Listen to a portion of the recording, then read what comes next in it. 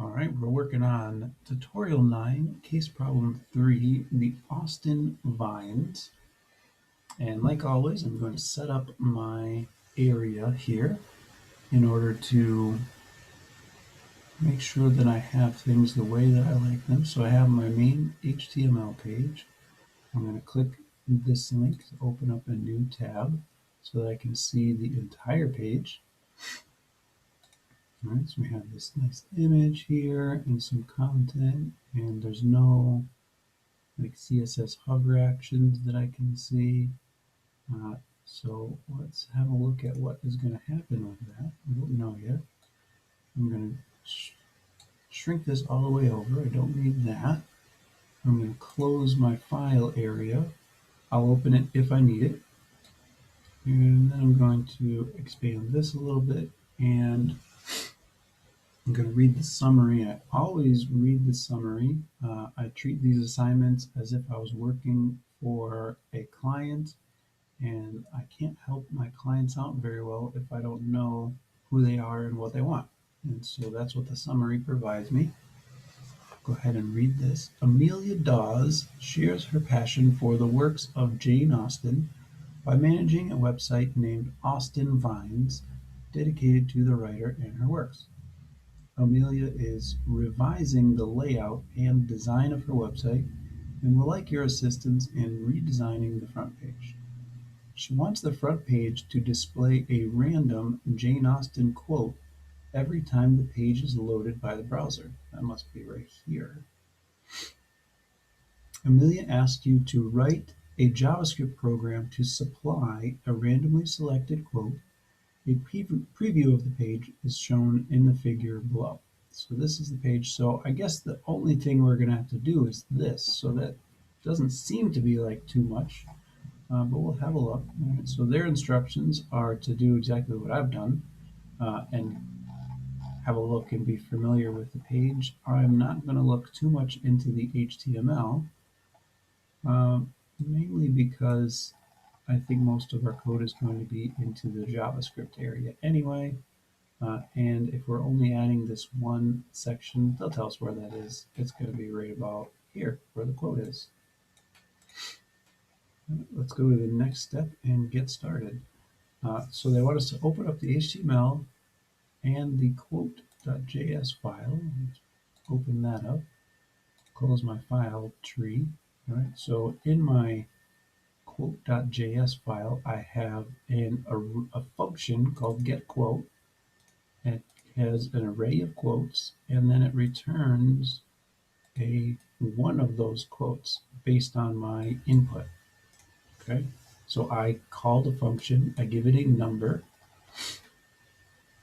and then it takes that number, finds the quote that goes with that number, and returns that quote. So there is 1, 2, 3, 4, 5, 6, 7, 8, 9, 10 quotes, 0 through 9. Perfect.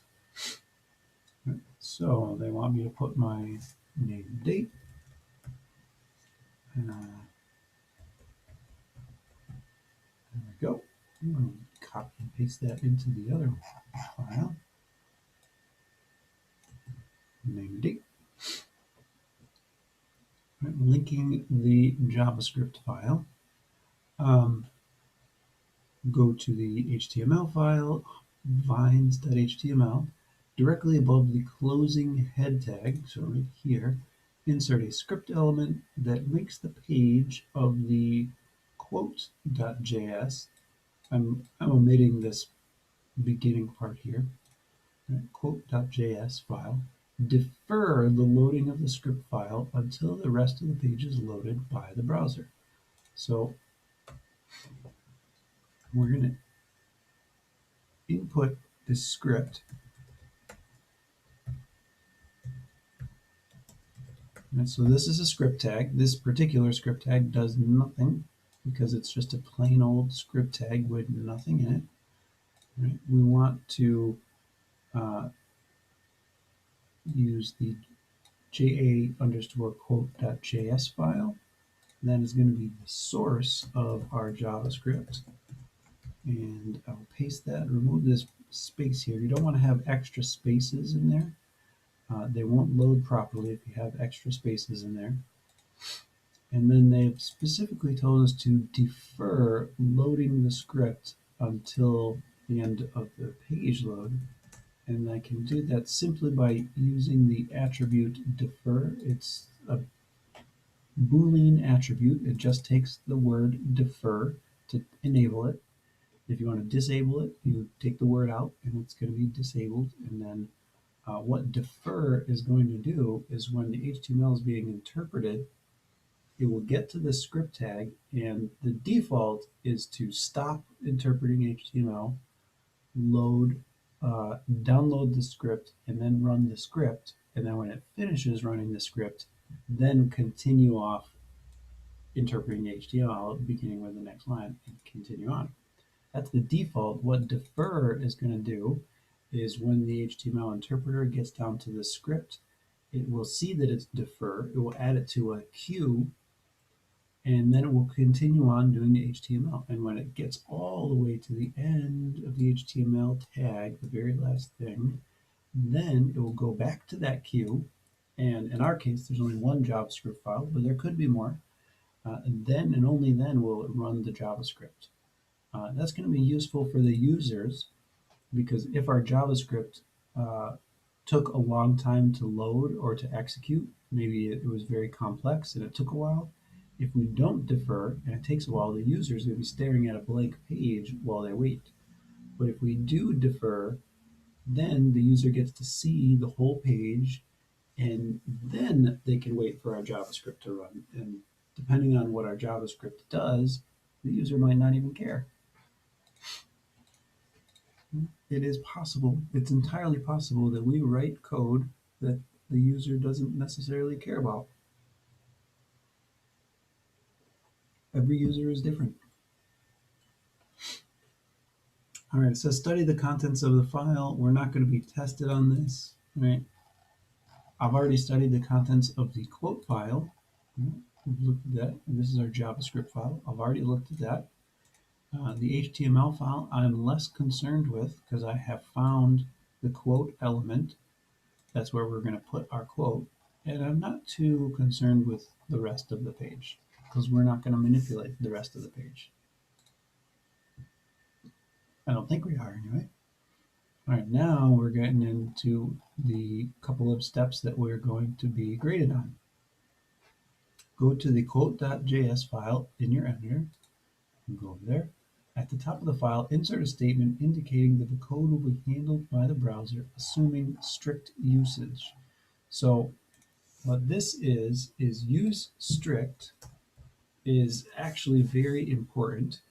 We need to do use strict as a string, right? It's a very, very unique command. We put a semicolon at the end of it. It has to be exactly this command. It has to be the very first line of your JavaScript file. And what it is going to do is tighten up the rules in your JavaScript code and help you prevent from making small errors a little bit.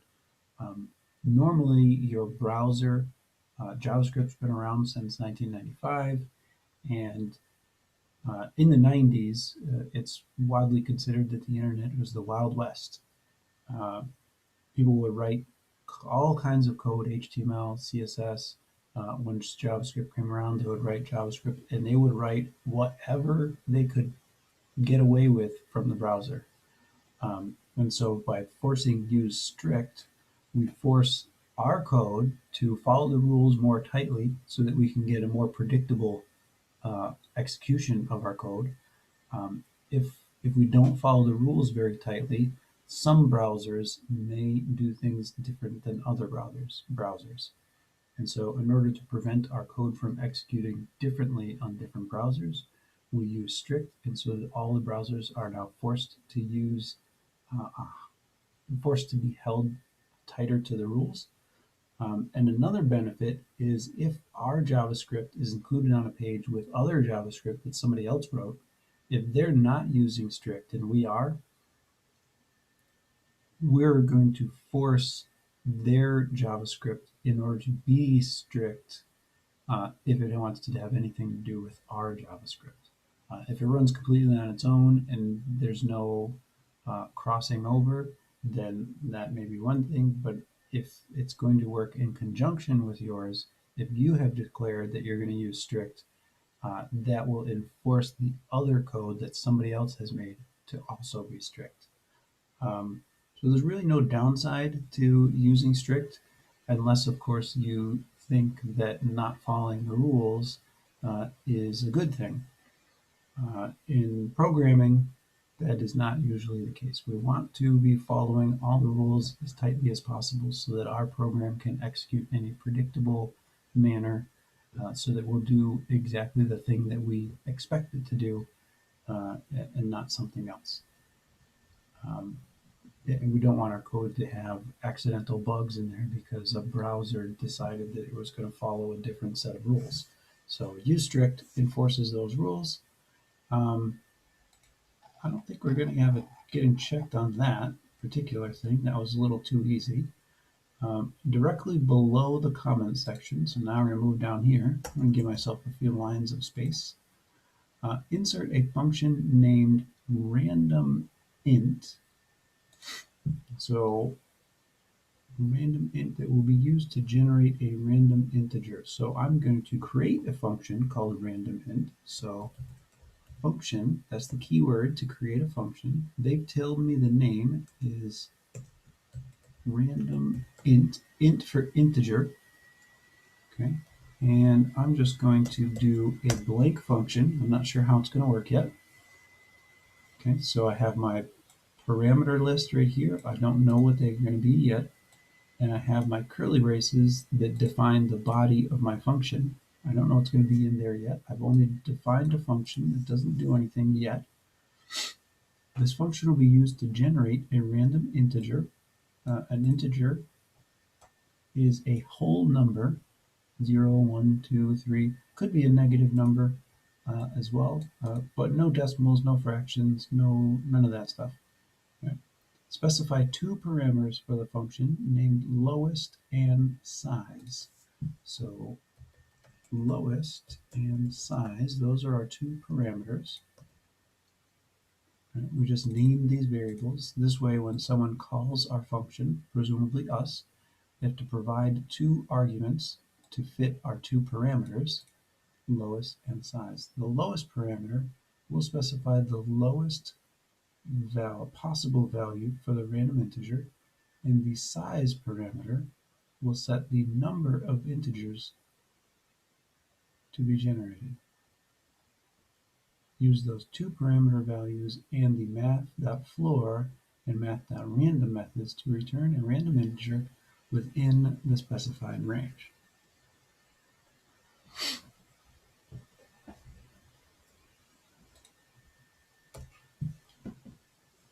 The lowest parameter will specify the lowest possible value. Okay. So this means that if we take the lowest and we add it to our result from whatever else we gather, then that lowest couldn't possibly, then our result couldn't possibly be any lower than the lowest size. I know I'm going to use math.random, and math.random returns a value anywhere from between 0 and 1 as a decimal. I believe it goes like 9 decimal places in between 0 and 1.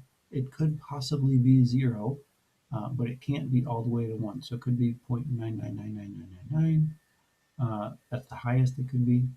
And it could be 0.00000. That's the lowest that it could be. So if I was to add lowest to this, if I wanted the number between 1 and 5, and I add 1 to whatever I get here, now I know that it is between, it's no lower than 1 at least. And then size, if I were to multiply that number of size by the random, so if I wanted between 1 and 5, I multiply the random times 5, and now my number could be between 0 and 4.9, and if I add the lowest being 1, Now it could be between 1 and 5.9. So I have a fractional, I'm always going to have a fractional piece at the end.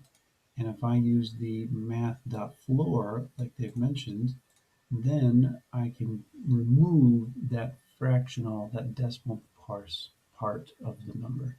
So I can do all of this in a few lines, or I can do it all in one line. I'm going to type it all in a few lines and then talk about how it works, and then we'll put it all into one line. So first, I have these variables. I want to get the math.random number.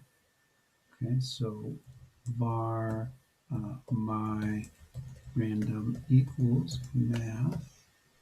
Math is a capital M dot random. Okay, so my random number. Now I have a random number somewhere between 0 and 1. I can take my random equals my random times size. Now, for example, if I was looking, let's write a comment here, example between 1 and 5. So that would be 1 comma 5. So if I had called this function with a 1 and a 5, I have a random number between 0 and 1, and I've multiplied it times 5. So I have a random number between 0 and 4.999. Now I will do my random equals my random plus 1. Now let's do each step. Okay. Anywhere between 0 and 0.99999. Right. Now it's between 0 and 4.9999. Now it's between 1 and 5.99999 because we've added 1. Right? And then my random equals math.floor, my random. Math is a capital M. Right? Now between 1 and 5, because floor will round down whatever the decimal points are, and so I will get rid of any decimal points that are in here, and then I can return my random. So it was a lot of steps. I can actually do all these steps in one line. Okay, so let's try to do all this in one line.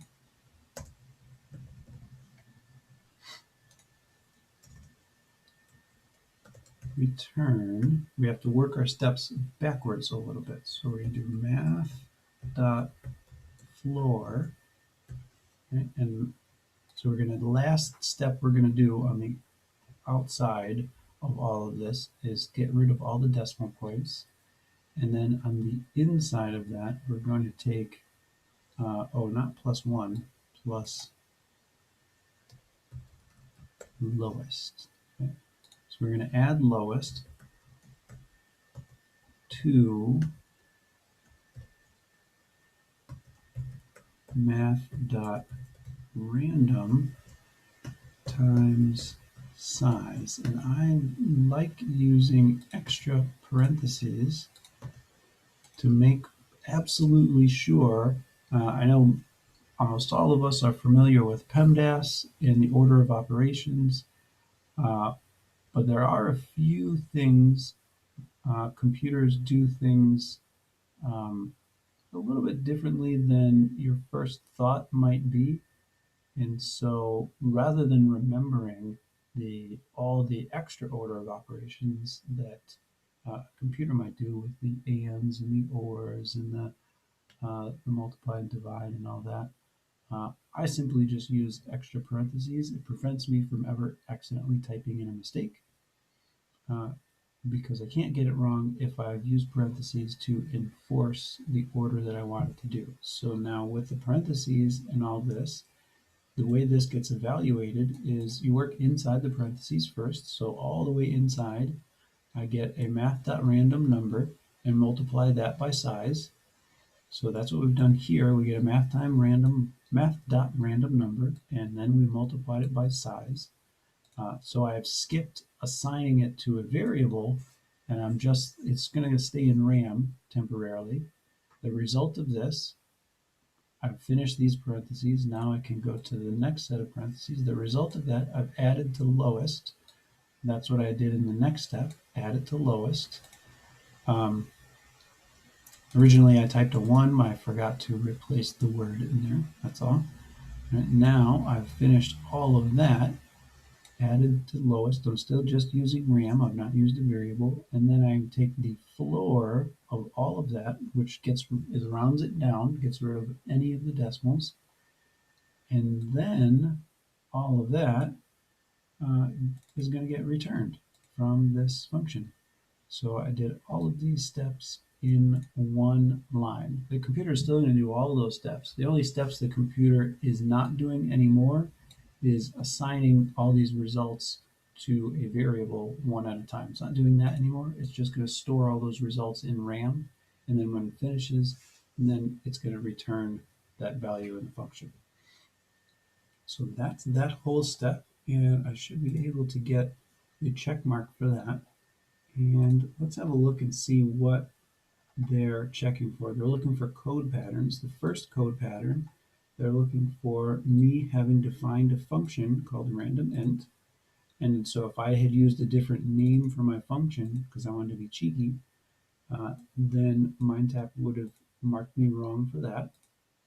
The next step they're going to look for is that I've used math.floor, and of course I have math.floor in my comments, and I'm using it again down here. And then they're going to look to see if I'm using math.random. So it is very possible that you could write down the completely wrong thing, write down a function that doesn't work, but as long as you wrote a function called random int, and you wrote the word math.floor, and you wrote the word math.random, you can get a proper check mark on this. Right? And we can test this. I can delete all of this. I'm going to cut, and I'll paste it back in a moment. I'm going to write function random int, and then I'm going to write math dot floor, and then math dot random. And it doesn't actually do anything, but if I try to get this check mark again, I can get it. I did nothing. All I did was write those 3 words that they're looking for. Okay? So be careful with this step. Right? You can make this step wrong, get the correct check mark on it, and then when you get to a later step and you're actually using that function, it may not work. And so you can get this wrong and still get a check mark for it. So next step, we finished that one. I've repasted my code back in here. I have it done correctly. Above the random int function, so now I'm up here. For some reason, they want me to go above. Insert a command to call the function, generating a random integer from 0 to 9. Hint, remember that the size of this interval is 10 because it also includes 0 in its range. I do remember that, just like random does. Store the result from the function in a random q variable. Let's do this one step at a time. So now they want me to store something in a variable called random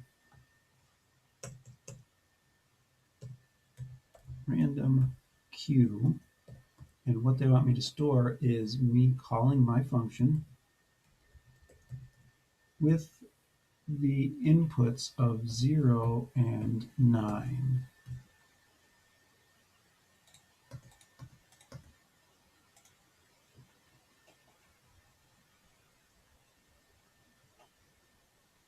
Zero to 9. The size, they said the size is 10 because it includes 0 in its range.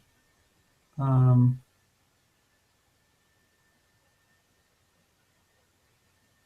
going to leave 9 in there because I think that's going to give us from 0 to 9, that's 10 things. And our quotes,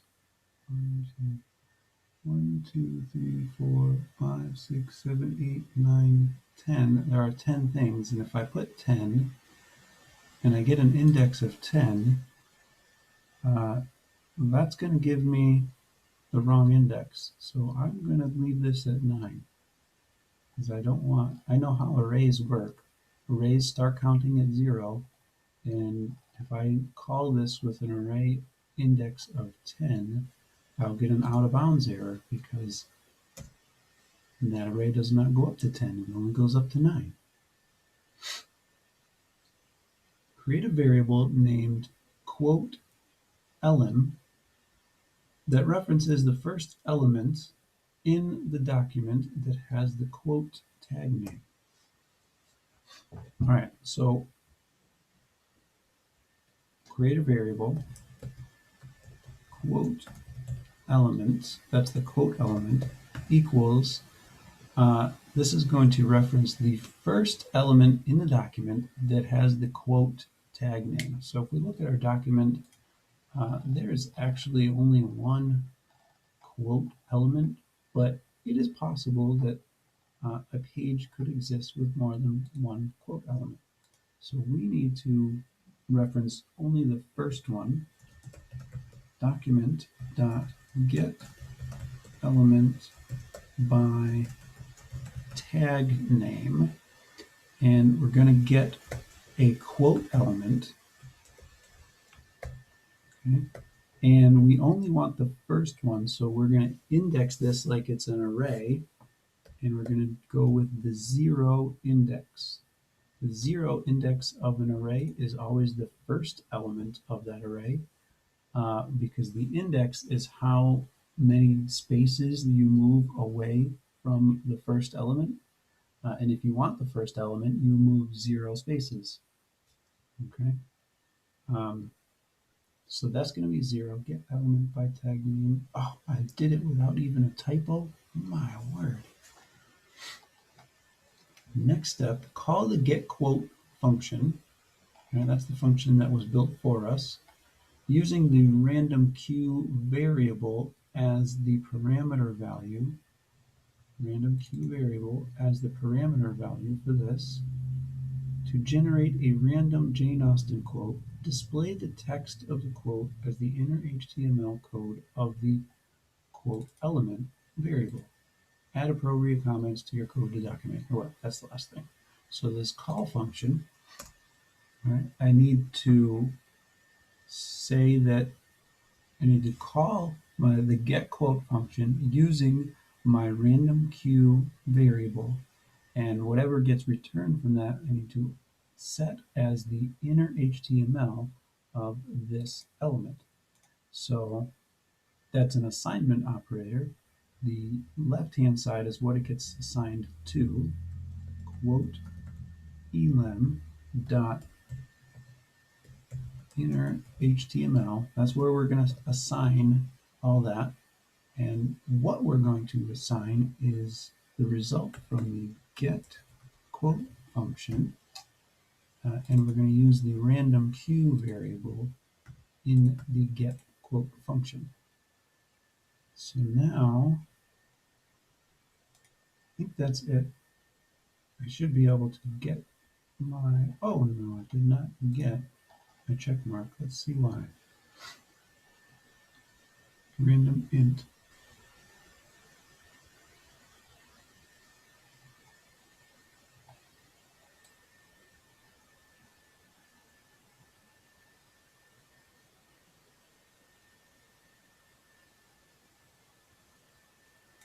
Oh, I do have a typo down here, which should have given me the wrong answer earlier, but I missed it because I had typed in random more than once.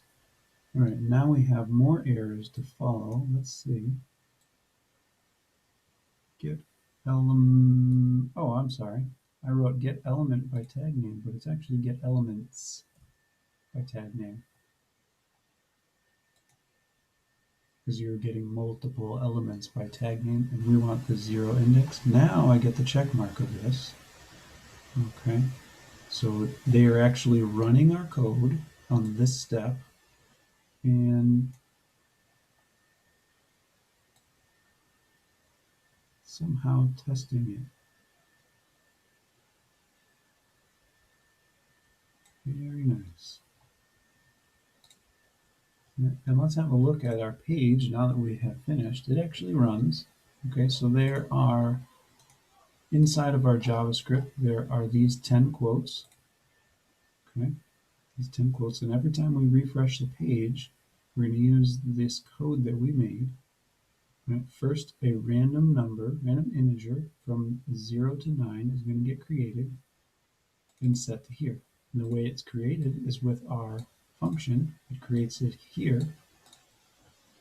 Then we're going to grab the first quote element off the page. If there's multiple quote elements, we're only going to grab the first one with the 0 index.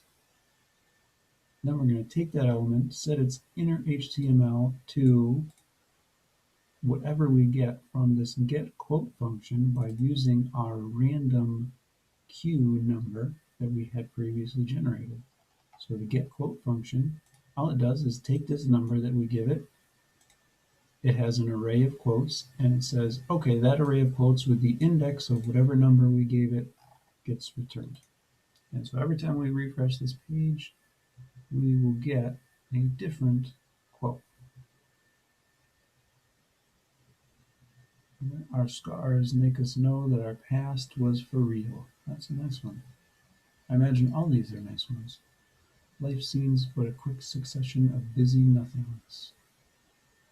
One cannot be always laughing at a man without now and then stumbling on something with. Laughing at a man without now and then. Oh, I'm just reading this wrong. One cannot be always laughing at a man without now and then stumbling on something witty. Silly things do cease to be silly if they're done by sensible people in an impudent way. All right, so these are all going to randomly be chosen. Sometimes you'll get the same one twice in a row. That's possible. It is random. That is the end of this assignment. It was a pretty quick one. All right. That's it.